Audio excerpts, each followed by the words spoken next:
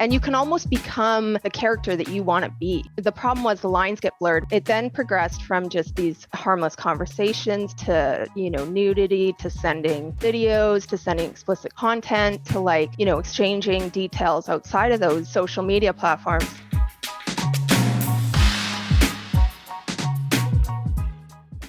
DQ presents. Picture this. You stand before the awe-inspiring new signature stack burger menu at DQ and your mouth wonders, where have you been all my life? That's 5 taste bud tempting cheeseburgers with 100% real seasoned beef. You peek at the loaded A1 stack burger with 2 premium sauces. Then the flamethrower stack burger with tongue-tingling jalapeno bacon. Then you realize moments like these are exactly why we have the DQ signature stack burger menu. DQ. Happy tastes good. Get it delivered at DQ.com.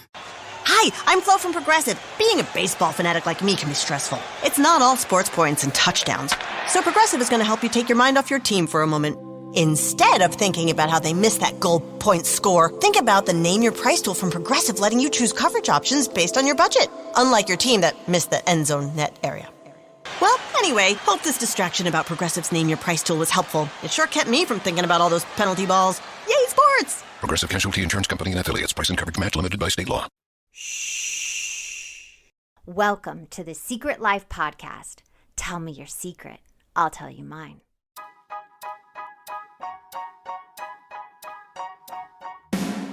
Sometimes you have to go through the darkness to reach the light. That's what I did. After 12 years of recovery in sex and love addiction, I finally found my soulmate, myself. Please join me in my novel, Secret Life of a Hollywood Sex and Love Addict, a 4-time bestseller on Amazon. It's a brutal, honest, raw, gnarly ride, but hilarious at the same time. Check it out now on Amazon.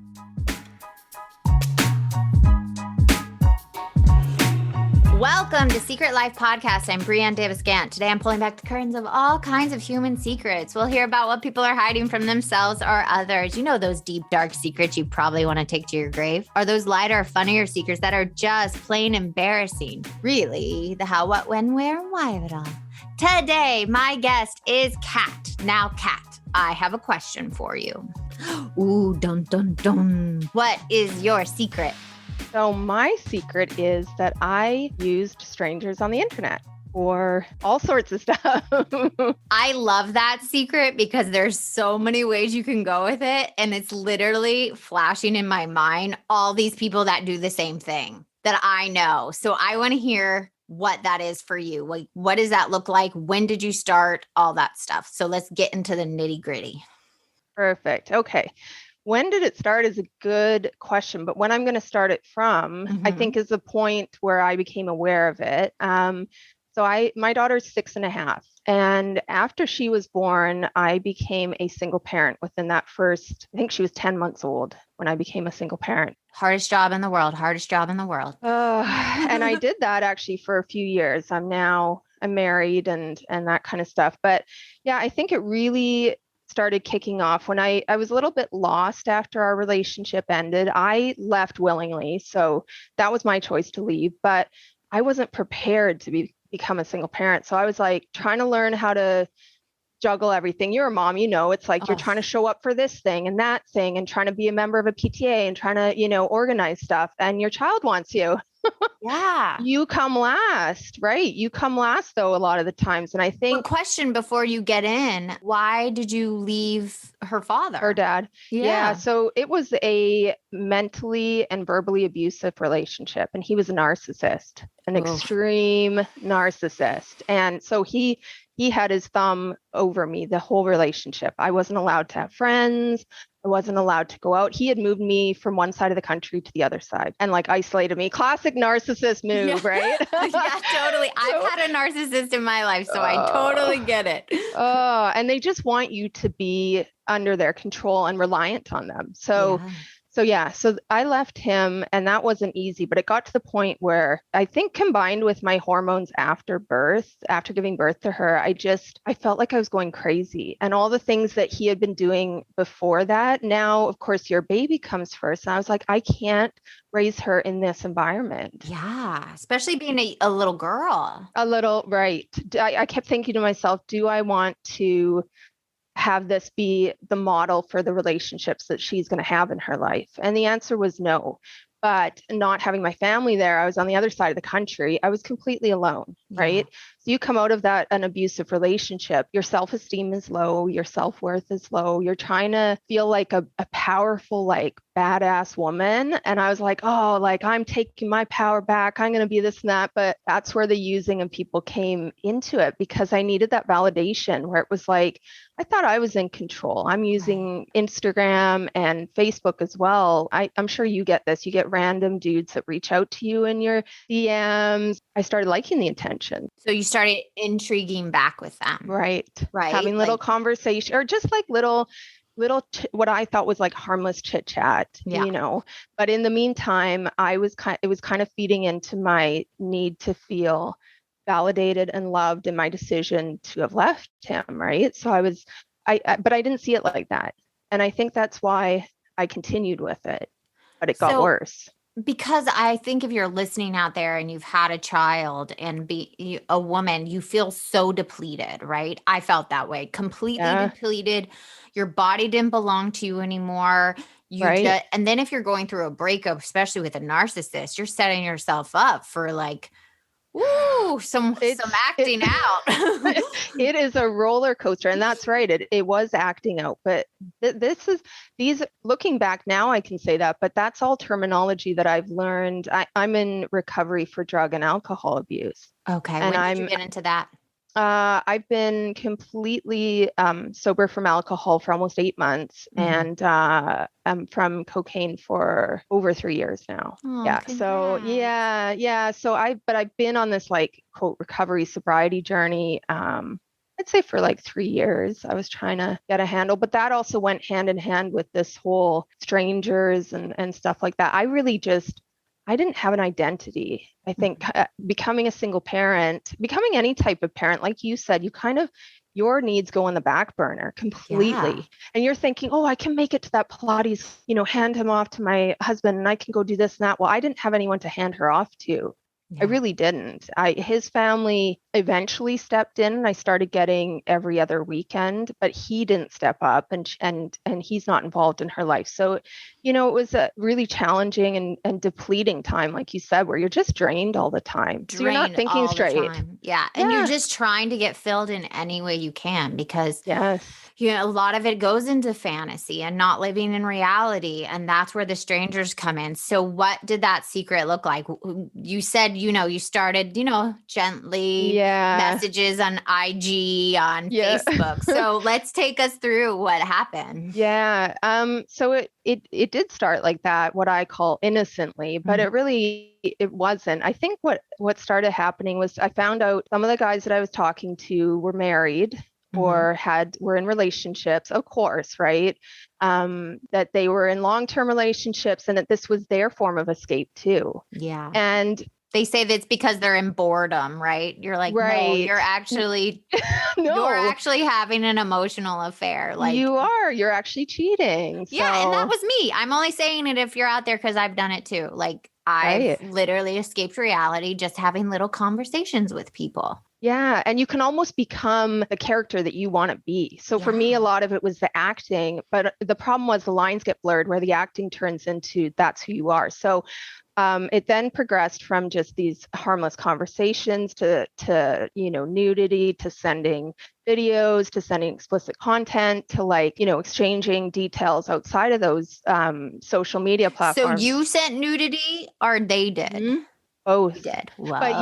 But if I think about it now, it was usually me give, right? Because of course these guys are going to be like, yeah, send me all the naked pictures. Now, are we talking like boobs and butt? Or are we talking the whole shebang, like downstairs and everything? It would really depend. Some of them were that. I mean, the one guy that ended up becoming a long-term, I don't know what you even call it. It turns out he was married, but with him, it was the whole shebang. But eventually I'd realized I'd never met his family. I'd never been to his hometown.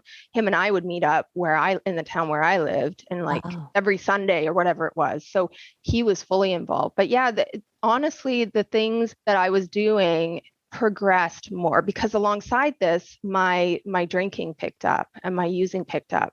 So I'm then having no boundaries in terms of what I'm willing to do. Dangerous things too, but like for the most part, the conversations back and forth would have that sexual content, or even just to the point where I would almost say that some of them were bordering on abusive, that these guys would contact me like, their girlfriend's in bed and they're like, hey, what are you doing? Like, I want to chat right now. Send me something, blah, blah, blah. And it sounds so crazy to say it now that I didn't realize that they're like using me. But I honestly, saying it to you now, I was using them too, because that was my form of feeling sexy, feeling like a woman, feeling like not a mom. So like when my daughter's away for that weekend, and I was going out and partying too, but then I had this whole like secret life of like, my friends didn't know that I was doing that. Oh, nobody knew. Nobody knew except for the one guy, like I said, who eventually some of my close friends came to know that because they saw what I went through with that. Mm-hmm. But they didn't know all these other ones, because I think I was a little bit ashamed of what I was doing, even at the time, which caused me to drink more to try and balance it. So yeah, it was acting out in so many ways. So you sent pictures. Was there an exchange, or you were just sending pictures and it was, so what was the exchange?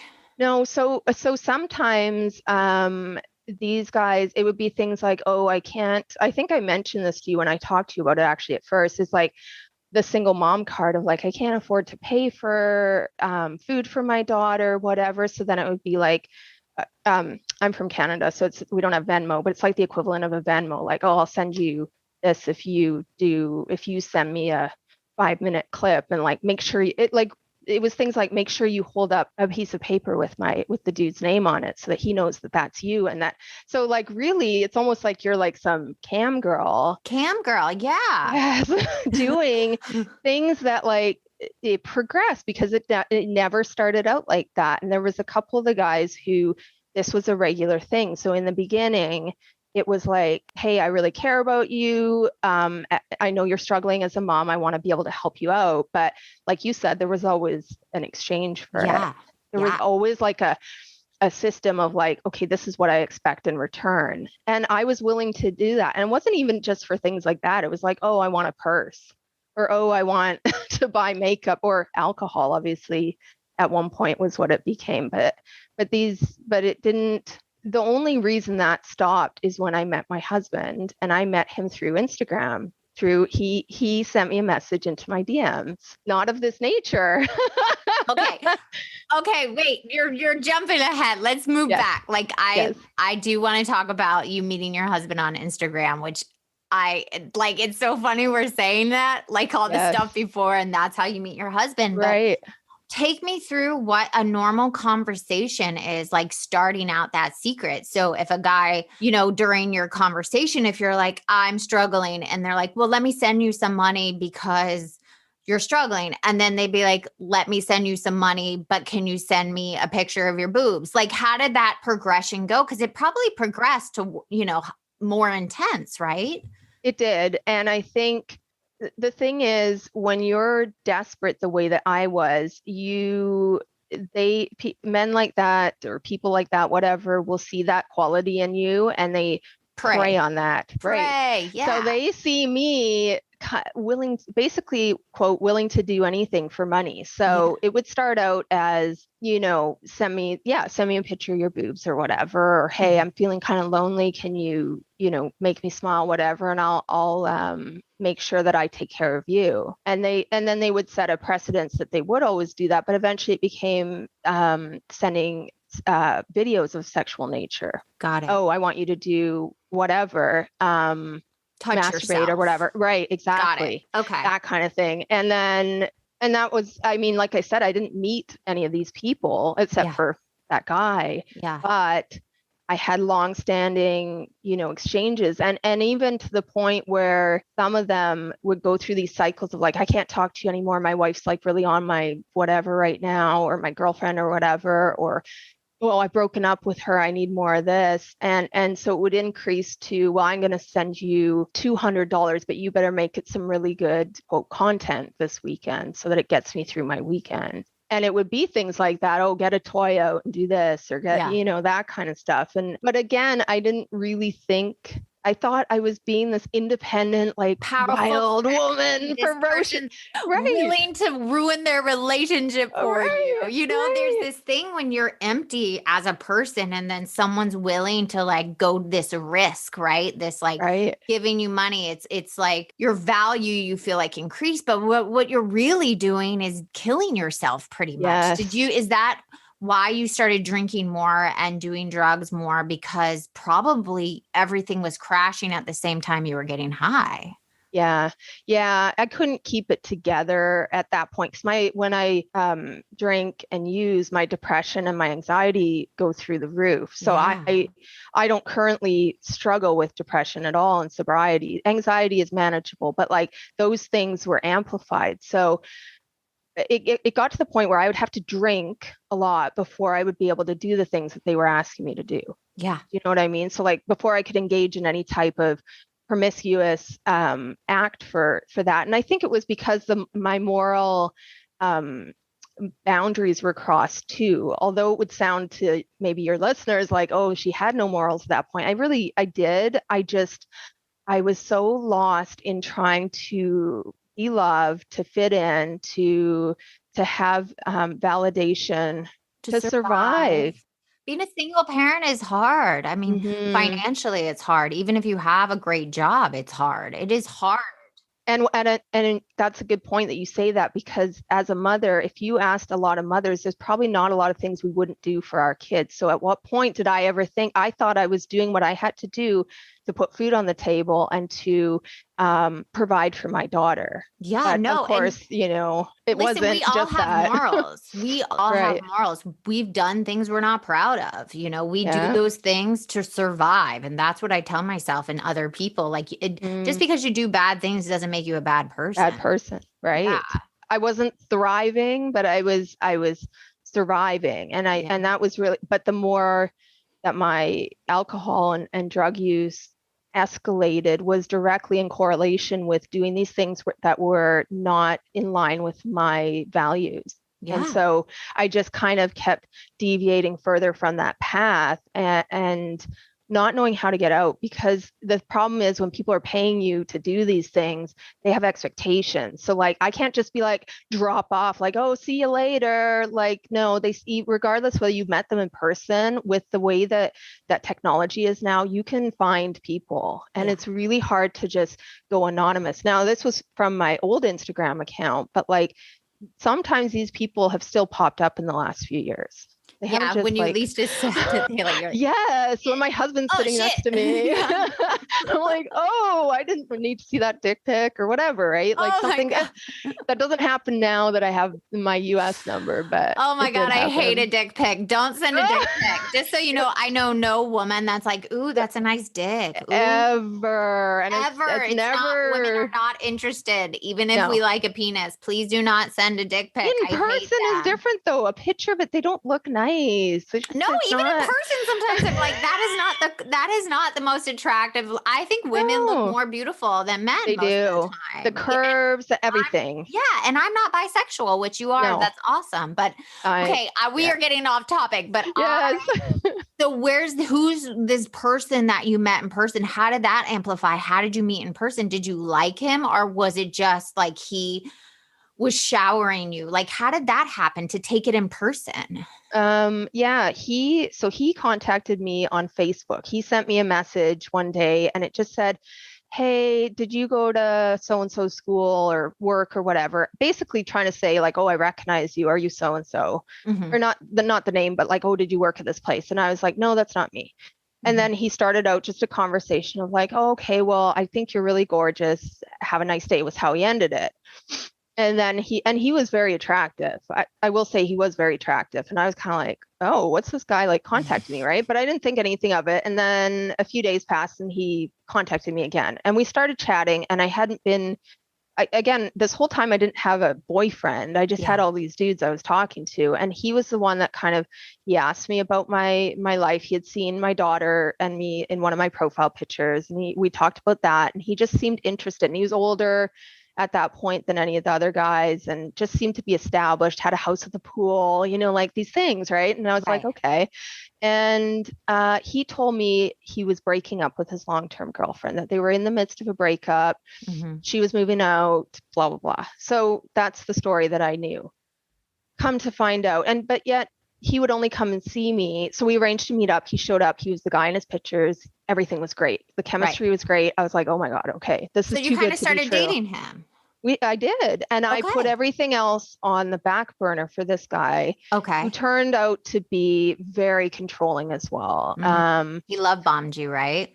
Oh, he like flowers and freaking like everything I needed to hear, everything. He took me to the best places, right? I was like, oh, and of course. Do you know how many times I've heard this story? Like I literally could repeat this story like 100 That's why guys times. do it though, because we keep, buying into it. I'm like, okay, but that had never been me. And that should have been my first sign, is like, I was never that girl. I was always in like long-term relationships, and I had never been wined and dined. So of course when someone came and did that, I was like, sweet, come to find out about 7 or 8 months later that he had been with her like this whole time. I think they were married. To this day, I don't know, but he says when it all blew up, he said that they had gotten back together for the sake of her son, because he was the only father figure her son had ever known. Some crap like that, right? Like, oh, I had to do it for her, but you didn't have to lie to me or to her about this whole thing. Who knows if they were ever not together? That's my thing. I would say 95% they probably were together, just from my experience. But it was so dangerous. Like, he's sleeping with her and with me, and he was the only one. I kept pressuring him at a certain point to meet he had older kids, like teenage kids, and I was like, I want to meet your kids, want to see your house, your dog, whatever. None of that ever materialized, but he would not let me go even after I found out, about everything. He still had a hold. So that's also when everything ramped up with me and these other guys, is because I was like, I wanted to be like a big F you to this guy. Like, look at me, I'm out here getting all these other dudes. So it kind of went out of control at that point, because I wanted to prove a point. At Kroger, fresh groceries are our thing. So we check your delivery order for freshness at every step from farm to store, and pick and pack every veggie in your free pickup order with care, because we treat your food the way we'd want ours to be treated. We're fresh every day, so shop anyway. Kroger, fresh for everyone. Free pickup on orders of $35 or more. Restrictions may apply. And now you'll find more ways to save on your favorites. When you download digital coupons, you can use up to 5 times in one transaction. Kroger, fresh for everyone. Hi, I'm Flo from Progressive. Being a baseball fanatic like me can be stressful. It's not all sports points and touchdowns. So Progressive is going to help you take your mind off your team for a moment. Instead of thinking about how they missed that goal point score, think about the Name Your Price tool from Progressive, letting you choose coverage options based on your budget. Unlike your team that missed the end zone net area. Well, anyway, hope this distraction about Progressive's Name Your Price tool was helpful. It sure kept me from thinking about all those penalty balls. Yay, sports! Progressive Casualty Insurance Company and Affiliates. Price and coverage match limited by state law. Well, you got hurt. It also seems like you kind of got lied to and tricked and manipulated. So when we're hurt, we hurt others. And that was where when I said to you, I'm using people, because I knew that as much as they couldn't offer me what I deserved, I couldn't offer them either. I was broken then. And I don't believe that we're broken forever. I think that period in time was really hard for me to be an honorable person who didn't lie. Like, I just lied about everything, about who I was. I had 4 different versions of Kat. Like, this is me in this situation. You become a chameleon to those situations. So I think I just I carried on using people even more, because some of them, there was a couple of them that actually got what I say attached to me, where they became dependent on, they would tell me things about their relationship or whatever it was. And so I felt you were both playing a role, and you still, even when you're playing a role and wearing those masks, just from my own experience, people still become connected and codependent and not wanting to let that go, even if it's not real. We all strive for this connection, but we're terrified of getting hurt and having intimacy. So we play these parts, we become these characters to protect ourselves. And that was what I was scared, is having that real connection. I guess deep down, I didn't feel worthy of that, but Yeah. I would pretend and I would play these roles to have what looked like a connection to somebody. Oh, I'm being like a therapist to this guy. I'm really helping him out, listening to his problems and sending him ass or whatever, like Sending him ass. right. Sending him ass. I love that saying. Like, oh, this is gonna help. Like, I'm I don't helping him. know. I'm helping heal him. Because that was the root of it too, though, is I am actually a helper. And I think, in sobriety, that manifests as acts of service and being able to like be there genuinely as a friend. Like, I was a shitty friend through all that to any of these people I didn't know, people I used, people in my life. And now it's come full circle that most, like, none of those obviously people I used are in my life now, but even a lot of the so-called friends, they're not in my life either. Oh yeah, girl. My sobriety community. House. You clean house. You realize like you were never available. You were never a good friend, and you picked unavailable people. And that's what I say. If you're with an unavailable person, have unavailable friends, something in you is unavailable, that you pick those people. Like attracts like with that. Yeah. Yeah. For sure. I did want to say one thing that I just heard the other day, because you said you don't have depression anymore, but you still have anxiety. And I heard this saying that really helped me. It said, if you live in the past, you're probably plagued with depression. And if you're living with anxiety, it's because you're living in the future. I like that. So if that just helped me, I was like, oh my God, I just was having a little depression and I'm in anxiety. So I'm living in this fear. Yes, that is so true. And we say future tripping. So I say that a lot, like tripping. Don't future trip with things, but you're right. Depression probably does pop up sometimes. I think we go through those cycles. I'm not on any medication right now. And I think, and I was on all sorts of different things during that period that we just talked about, where they were like trying things, but of course none of them worked because I was drinking. Like, let's give you, Cipralex, but it's not going to work because you're numbing yourself with poison. Yeah. So, it's like poison and all doing different things to your body. Right. But then you say, so how long did you stay with the in-person guy? Because he kept his hooks in you. And then did you then meet your husband now? Or like, how'd that transition go when you finally let go of this secret life you were living? Good question. Yeah, the in-person guy, I think that from start to finish was about a year and a half. Mm-hmm. Very intense though. Sometimes you think like, oh, it must have been like 4 years. No, I think it was like a year and a half. And he's cropped up as recently as February when I got married this year. He cropped up on my Instagram. Yeah. And I tried to take the high road with that, but that's a different story. But I couldn't take the high road. He hasn't changed. Yeah, he's never going to probably change unless you do. He was trying to chit chat. And I'm like, we're not friends. And I was literally getting married like that next week. February 11th, I was getting married, and he cropped up like February 6th and was like, oh, I never knew you were going through all these struggles with alcohol and this, that. Like, yeah, every time we would meet up, I would have to numb myself first to go through with everything, So that was about a year and a half. But just so you know, you said it was intense. And I always say if intensity doesn't equal intimacy. So if things are intense, that's a sign that you actually are not being intimate. Like, I think you're right. I think I was avoiding it. I listened today to your episode with the woman who had postpartum bipolar, and she talked about not sleeping very much at all and riding on the manic part of it. And when I look back, there was about 2 years in there where every night I was up for probably 4, 5, 6 hours in the middle of the night, and I would be doing my own thing and like chatting with these people and like filling that void where I was just like, it was like you said, so sped up and so accelerated that it wasn't real anymore. It was just, I was detached from like my body and my person that was doing that. So, so that was about a year and a half. And then when my husband came along, well, because what I was doing was posting like somewhat provocative pictures on Instagram. Okay. Not compared to a lot of the stuff that's out there, but for me. And no, I don't post any bikini or any of those kind of shots. I would post them with like, because I'm a writer, right? So then I would put like some inspirational bullshit underneath. You were one of those. because you're like, isn't there like a whole sketch where like someone's like in a bikini and it's like,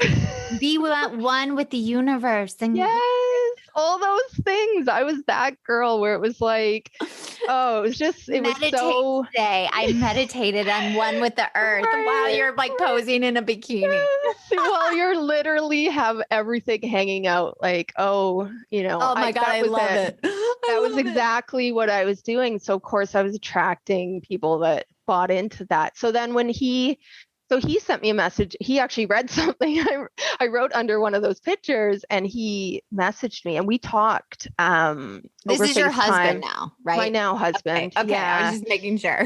Yeah. So we've been together for 3 years now. Mm-hmm. We just got married this year.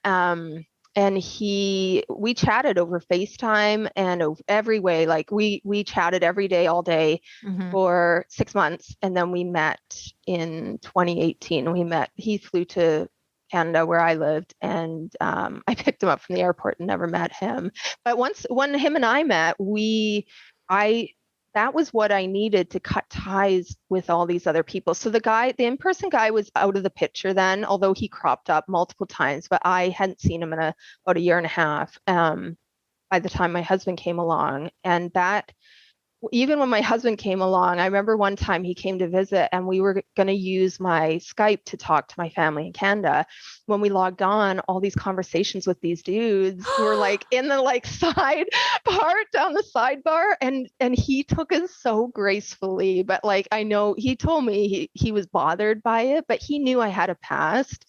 And so he's kind of taken the good and the bad, I guess you could say, but he never gave up on like seeing the potential. Like he knew who I wanted to be, and he encouraged that, and he was never creepy. I don't know. I'd never been treated the way that he treats me before, and that kind of made me think, the attention I'd been getting from those other guys was not healthy in any way. Yeah. And it didn't bring out the best in me. When he came along, I will say I think I require a lot of attention, and I don't think that's a bad thing. I think it's okay for us to say that. Is like I didn't get a lot of that growing up. So I think that kind of played a role in, I'm not close to my family, and I left home really early when I was 17, and I moved to another continent. Like I moved to England. So I just never had that closeness. So I think I was searching for that. And then when he came along, it was like, okay, it showed me how bad the other stuff. You weren't done drinking, but were you done doing the drugs when you met him? He's very anti-drugs, and honestly, cocaine's a really expensive habit. Yes, so it was like, okay, I can give this up. But the drinking actually escalated in a weird way, not in a partying sense, in a like drinking on my own sense. Managing. It was trying to manage too the unworthiness. I was in fear that I was going to lose my husband, not because of anything he did, just fear of abandonment, right? Fear of abandonment. We self-sabotage with that addictive behavior. Our addict self is literally sitting in the corner going, okay, how can I mess this up so I can just let it be done, or have this person walk out of me now? And I created it. A self-fulfilling prophecy where you're like, okay, well, I am this girl that like nobody can love. But it's like, that's a false narrative, because it's not true at all. Yeah. You are worthy of that. And he showed me that. And I kept showing him little more parts of me, but he didn't know that I was secretly drinking just to cope with like keeping up with my whole life. I know a lot of people that secret drink. I know so many people that keep it hidden in the garage and don't tell people. And it's just everything. Like, it's going to catch up with you sooner or later. It does. It's addictive, and it escalates. So you need more and more alcohol to even just survive. So then it starts permeating into your day-to-day life. So that's what started happening. Yeah. But when I told him I was going to get sober and I joined this like sobriety community, he was a little bit shocked. It was just before we immigrated here. He tells me, I'm going to be doing a live interview with him on my Instagram in a couple of weeks and asking him unscripted questions about like what he thought about my drinking. But he says that there was a couple times he came to visit and he could smell it on me, but he didn't really think anything of it. Because people could think you have one glass of wine. Yeah. You could be 2 bottles deep, right? They don't always. I would get blackout, but I would still function. So no, he didn't. But there was near the end, it got pretty sloppy because there was mixing in with, I was trying to stop drinking. So I would get like benzos and stuff. So then you're mixing that with alcohol and it's really, really dangerous. Yeah. Well, I'm glad Yeah. that you're not doing that anymore and that you're No. sober now from alcohol, because that just amplifies Mm. every other addiction, because you're just covering up that unworthiness or that fear of not being loved or not being enough. Yeah. Yeah. And so I don't do that, but that was a big part of how it had to come to that head because I wasn't going to learn any other way.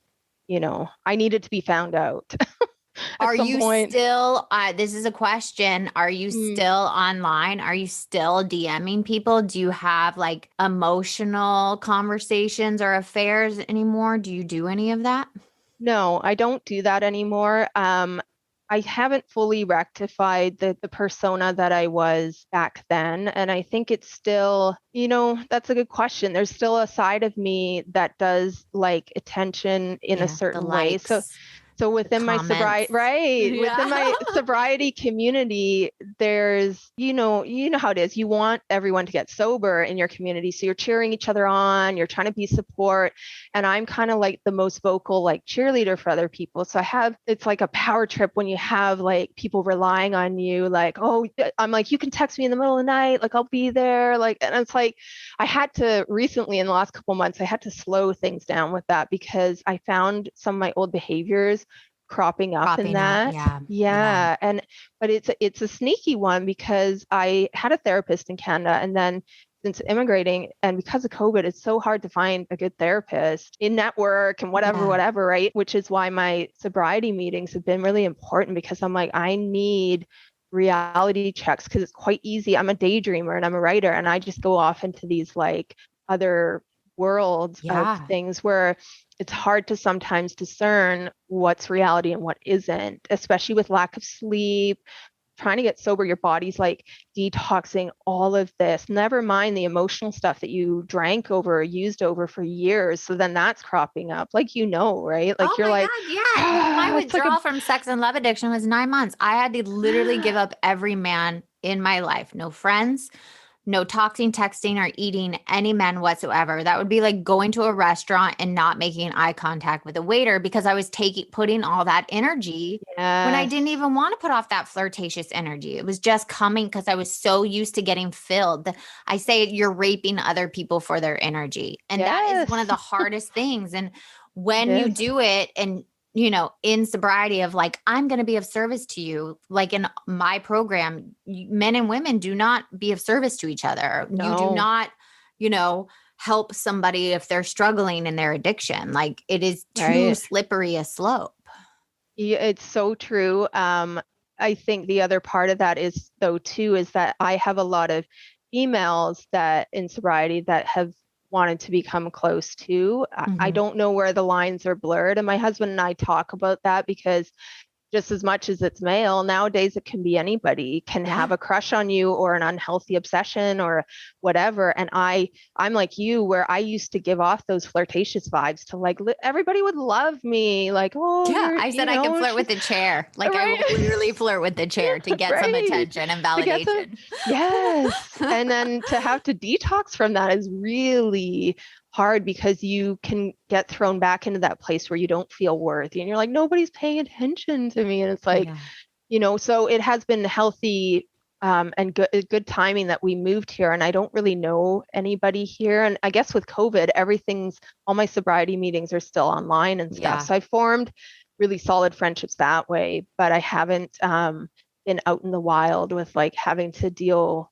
with this. So it's gonna be a whole other bag of trip. Remains to be seen, Brianne. I don't know, like going out in the wild, I'm like, what's gonna happen? I know it's like a whole other new game, but I could literally talk to you forever, but I do have one more question in case a listener is out there and they go online and they have those sexual conversations, or they bumped it up to that next level with its money and pictures and videos like you did. What would be your advice for someone that's doing that and feeling like it feels good, but then I'm sure they're feeling that not good? What would you say to them?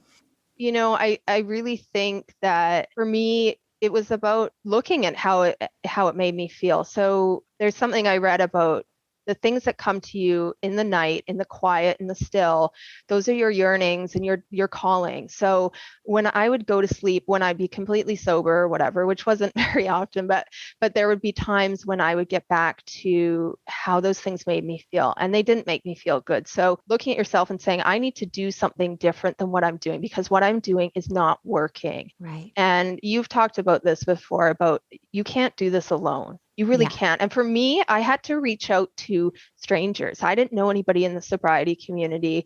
My husband, I had to give that a chance where I didn't know him, right? And but I connected. I never talked to him about sexual things or things like that in the beginning. I had to do it different, right? So I think that's my advice is do it different and reach out to anybody. So, hopefully somebody that's like, not just like a DM necessarily, but even that, just reach out what feels comfortable and talk about it. Like what we're doing right now is really cathartic in terms of moving that energy. And I'm big on like trying to move that through. I cry a lot more now in sobriety, but then I get it all out. the time. It's like all the time. Motherhood does it too, I think. But like literally I'll have a cry in the shower and I'm like, I don't even really remember what it was about later that day, right? No, you just have to move it. It's that stuck energy. Or if you're feeling a feeling, like feel your feeling, you are not going to die from that feeling.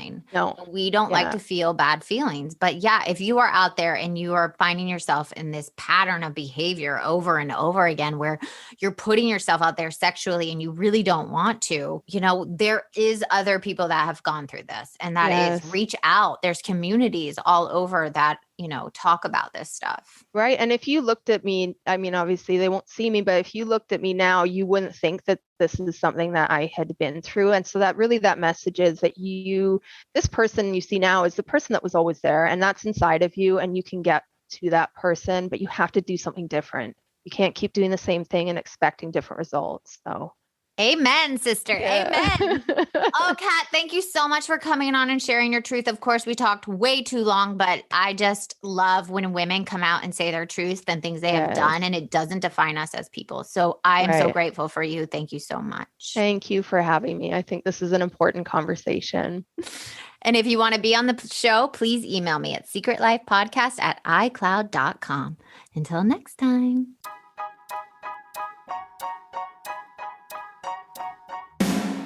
Thanks again for listening to the show. Please subscribe, rate, share, or send me a note at secretlifepodcast.com.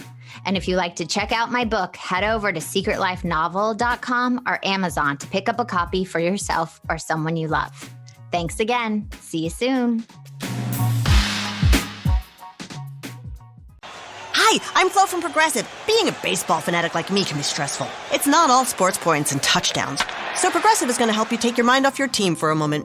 Instead of thinking about how they missed that goal point score, think about the Name Your Price tool from Progressive, letting you choose coverage options based on your budget, unlike your team that missed the end zone net area. Well, anyway, hope this distraction about Progressive's Name Your Price tool was helpful. It sure kept me from thinking about all those penalty balls. Yay, sports! Progressive Casualty Insurance Company and Affiliates. Price and coverage match limited by state law.